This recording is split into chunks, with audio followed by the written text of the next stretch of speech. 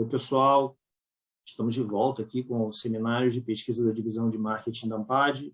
Sou Marcos Severo, estou acompanhado do Rafael Porto, da UNB, e da Cristiane Pizzuti, nossa entrevistada. No primeiro bloco, ela falou um pouco sobre a carreira de pesquisadora. Nesse segundo bloco, as perguntas se concentram no processo de desenvolvimento de projetos de pesquisa.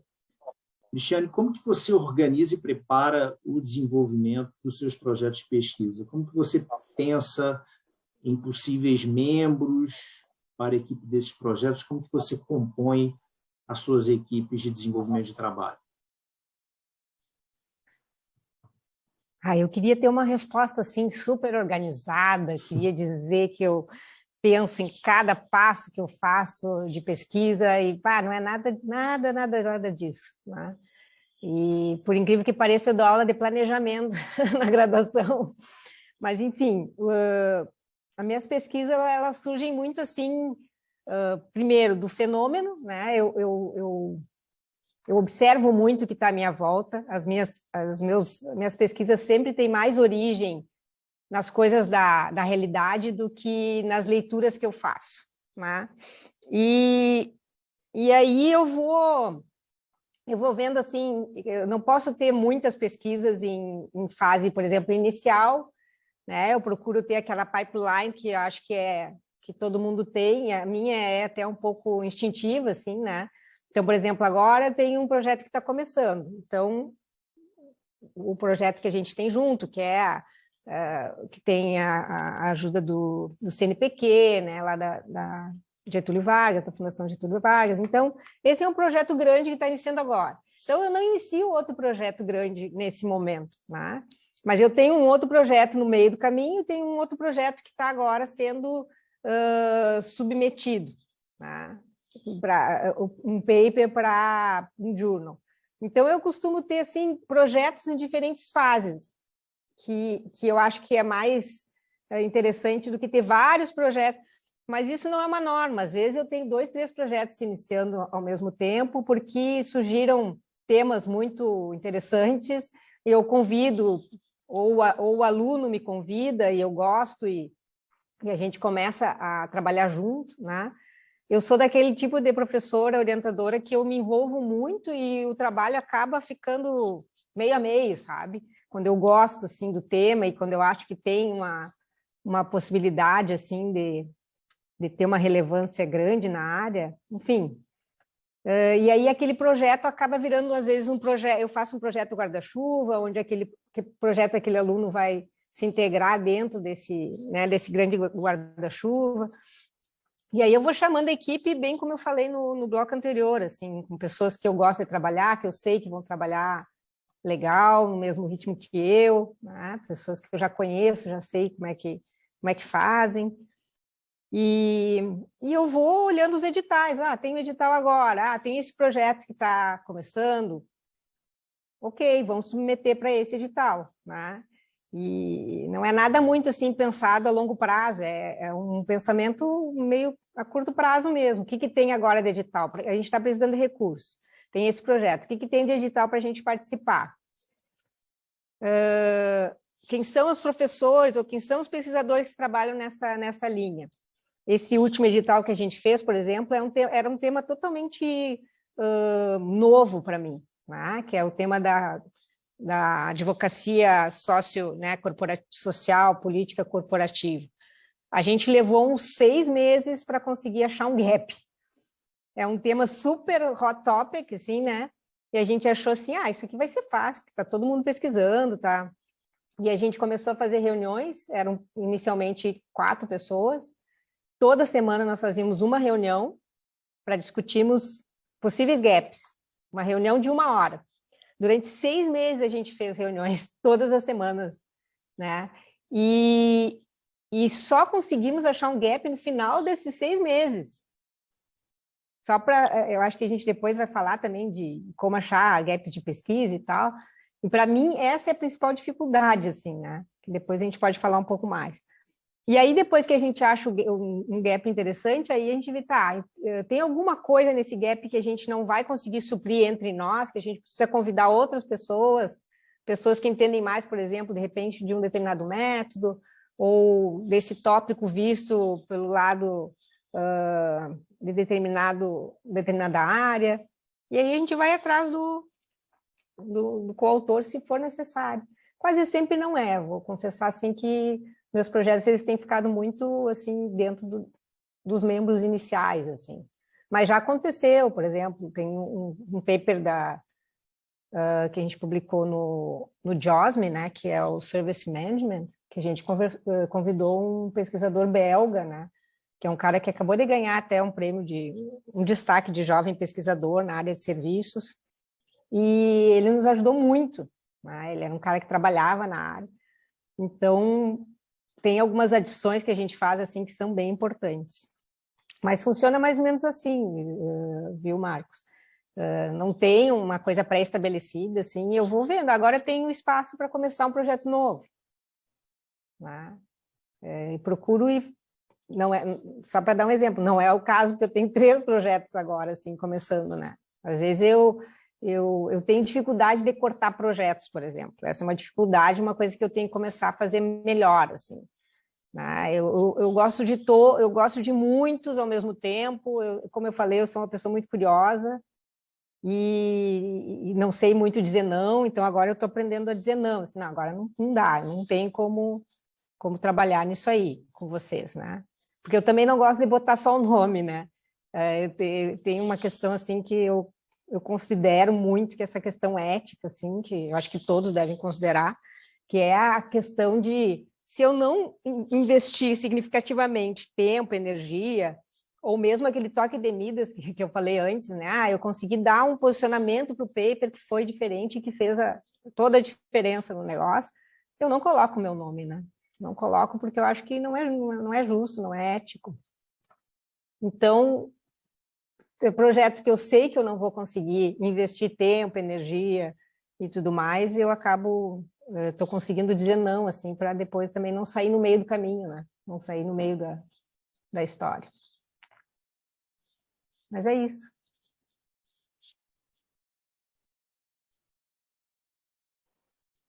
E os editais estão tão poucos, né, que a gente tem que se atirar em todos que aparecem, né? Inclusive, eu acho que a próxima pergunta é sobre edital, né, Roberto? Isso, é com você, né? Ela se refere, Cris, a como que você organiza e prepara projetos de pesquisa para ampla concorrência. Boas práticas você considera essenciais, né? Na identificação, na preparação?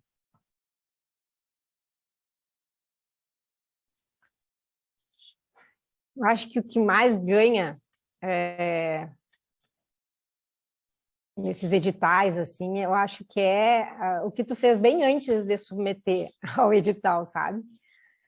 É tu ter trabalhado muito, tu ter pesquisado muito e publicado muito, tu ter alguma coisa já naquela linha de pesquisa, né? Ou ter, isso é importante, coautores que trabalhem naquela linha de pesquisa já, né? Porque isso conta bastante. Então, eu acho que boas práticas é tu ter uma carreira assim que está em construção ou que já está consolidada, mas que tu demonstre, né, efetivamente que tu tem condições de tocar um bom projeto de pesquisa, até porque a concorrência está cada vez maior e o dinheiro está cada vez menor, né? Então é muito difícil se está começando, por exemplo, tu conseguir ganhar dentro de um edital desses. Então, se tu está começando, eu acho que é importante tu te unir a pesquisadores mais maduros, vamos dizer assim, que têm uma carreira já mais consolidada, isso é importante. Pessoas que já trabalhem naquele tema, eu acho que também é relevante. Se alinhar ao que o edital está propondo, né? Porque muitas vezes, por exemplo, o CNPq tem algumas grandes áreas, né? Então, se tu se alinha àquelas grandes áreas, tu tem uma probabilidade maior também de ter recursos. Então, não fazer algo assim muito periférico, que acabe também não chamando muita atenção. mas eu acho que é a tua carreira anterior e a relevância do que tu está propondo, sabe? Não pode ser muito específico, tem que ter uma relevância, que é a palavra talvez que eu mais use com meus alunos, né? Qual é a relevância disso, né? Para quem que é relevante isso? Qual é a contribuição disso? Então, não sei se eu respondi em termos de boas práticas, assim, mas eu me preocupo muito com esses fatores, né? A relevância da pesquisa que eu estou fazendo, com quem que eu vou fazer, se está alinhado com o que eu sei que é, assim, áreas ditas como... Porque por mais que a gente diga, mas eu tenho que trabalhar com o que eu gosto, eu também tenho que me alinhar com o que está no edital, sabe? Porque senão tu não vai ganhar recursos, né? Por exemplo, esses dias alguém me disse assim, tu tem que publicar... A gente tem que publicar também em Journal A2, B1. Sinceramente, assim, eu não tenho vontade. Não tenho a mínima vontade. Mas eu sei que para a nossa academia hoje, se eu tiver 1 a 1, se eu tiver publicado no Journal of Marketing ou no JAMS, né, que o Marco sabe a dificuldade que é tu conseguir publicar num troço desses, né? E se tu tiver 3 B1, não quero entrar nessa discussão assim, mas é a mesma coisa, sabe? O cara vai olhar lá e a gente não tem ainda essa qualificação do que está sendo publicado, é ainda aquela coisa de quantificar.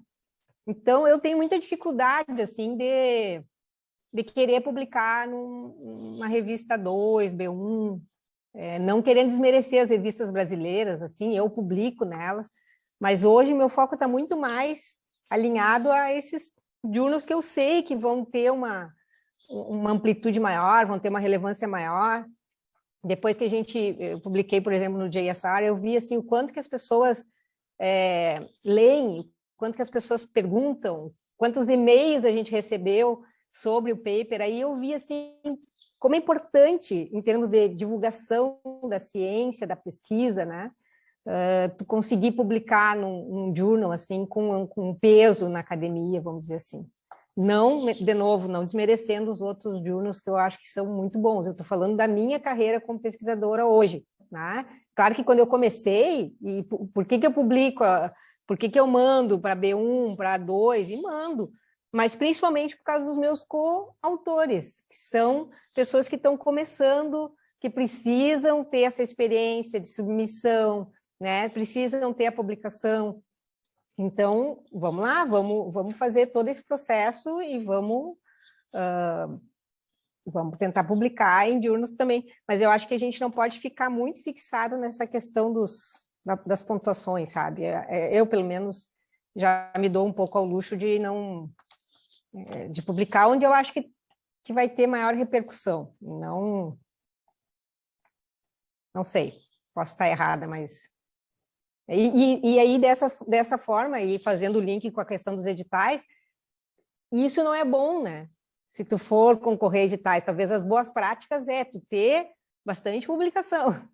Hoje, pensando hoje no Brasil, né?